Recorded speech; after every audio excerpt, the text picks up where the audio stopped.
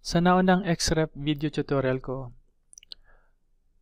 sinasabi doon na kapag mag-edit ka ng Xref file, kailangan mong buksan yung file. Let's say ito, di ba? Xref to. So, ang ginagawa natin yan, buksan natin yung furniture kasi nasa plan tayo.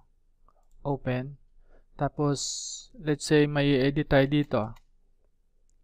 Gawin natin to ng, kunwari may rectangular sa gitna.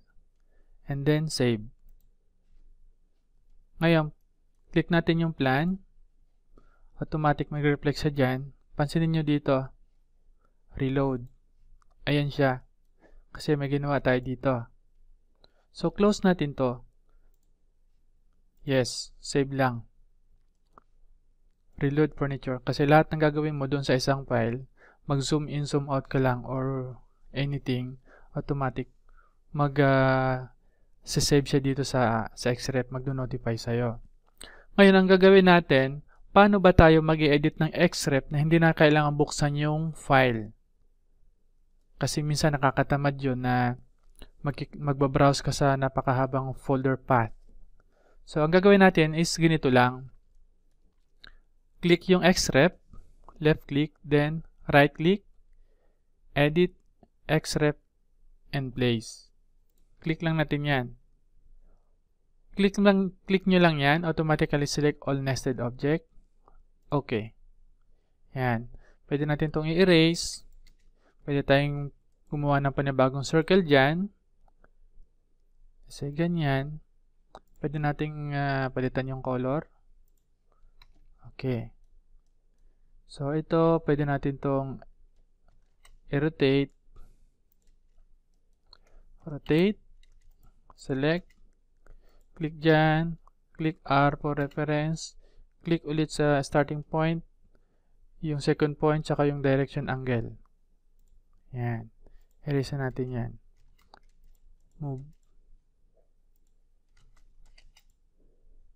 Yan. And then, kung mapapansin nyo, lalabas dito yan. Dito. Ito. So, pwede kang mag-save. Pwede ang discard o disregard mo lang yung ginawa mo. So, save natin. All references edits will be saved. Click OK. Ayan na siya. Ngayon, kung titignan natin, buksan natin yung furniture file. Yung Xref niya, buksan natin siya.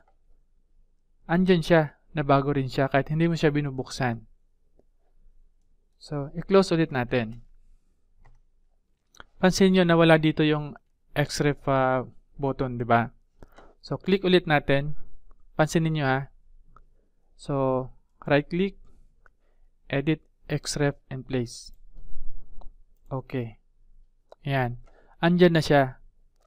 Ngayon, kung gusto nating i-add, let's say itong fixtures dito or fittings, pwede natin siyang i-add dito sa Xref ng furniture. Sample lang naman to. So, click lang natin tong add working set. Ayan. Click natin. Enter. Ayan siya. Save natin. Okay. Buksan ulit natin yung furniture. Tignan natin kung na-add na siya doon. Ayan siya. Kasama na siya. Tignan natin ha. Xref. Yung plan, i-unload muna natin temporary. So, ibig sabihin, nakasama na dito sa furniture Xref yung fittings. So, reload ulit natin to. Reload and save. Ayan. Close ulit natin. Yes. Ngayon, halimbawa naman, nagbago ng isip nyo, hindi nyo talaga kailangan ito, itong fittings dito sa furniture Xref, dahil meron din kayong separate Xref para sa mga fittings. So, ganun pa din. Click, right click, edit Xref and place. Click lang natin tong remove from working set. Then, select itong mga fittings na to. Enter. Save changes. Okay. Ayan. Hindi na siya kasama sa Xrep. Ngayon, paano natin ma-check or ma-open yung furniture Xrep na hindi tayo mag-open ng browser? So, ang gagawin natin, imbis na mag-type tayo ng open, let's say nandito ka sa documents o saan man na ano yan na folder path, magbabrowse ka pa, di ba? Kung saan mo man sinave yun. So, para maiwasan natin yan, escape lang. Click mo lang to, Xrep, right click, and then open Xrep. Ayan siya. Nabuksan na yung furniture. Diretso mula doon sa plan drawings mo.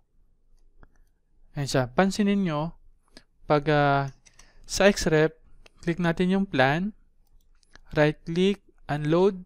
So, hindi na siya kasama dito sa Xrep. Ando na ulit siya sa plan yung fittings. So, ganun lang yon. Reload ulit natin. Yan. Then, save.